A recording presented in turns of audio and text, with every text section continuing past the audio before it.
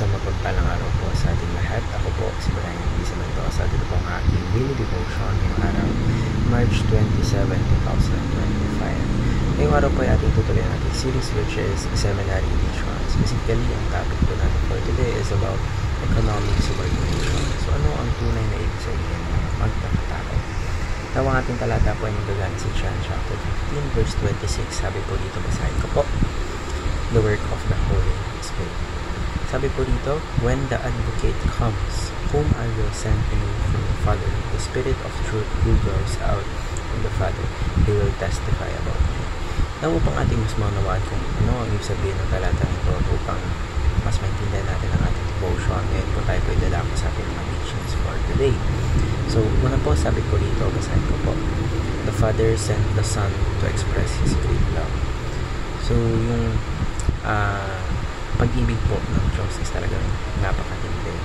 It was demonstrated through action. So, ito po ay sa pamamagitan ng pag-send ng ating Diyos sa ating Panginoon sa Kristo. So, the Father revealed kung kaano kalalim ang pagmamahal niya sa atin and yung desire niya para i-restore yung relasyon na nasira natin sa Kanya. So, ito po ay sa pamamagitan ni Jesus Christ. Ikalawa po, Jesus' submission is the essence of true humanity. So, Jesus, though fully God, He chose to humble Himself and obey the Father. So, yung buhay niya, pinapakita dito yung totoong humanity, wherein it is not about independence, but it is about trust, it is about obedience and surrender to God. Ikatlo po, the Spirit empowers us to become like Christ. Alam po, we cannot follow Jesus on our own strength. So, dapat po meron tayong Holy Spirit because the Holy Spirit works in us wherein it shapes our hearts and it gives us the power to live in obedience and holiness.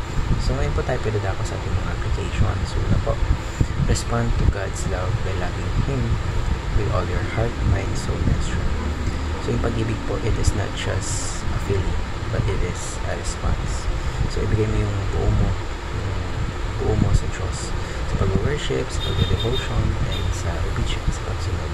Ikalawa po, do not use Jesus' divinity as an excuse for disobedience. So, Jesus obeyed as a man, relying on the Father, and not just because He was divine. So, tayo po, we are called to obedience, knowing that ang Diyos bigyan tayo ng strength para i-follow siya. Ikatlo po, last but not least, submit to the Holy Spirit in order to please God. So, the Spirit leads, convicts, and empowers. So, hayaan niyo po na yung Holy Spirit is i-guide yung buhay niyo, wherein i-transform your desires and actions so that you live in a way na nag-glorify ang ating Diyos. So, marami po tayong natutunan sa araw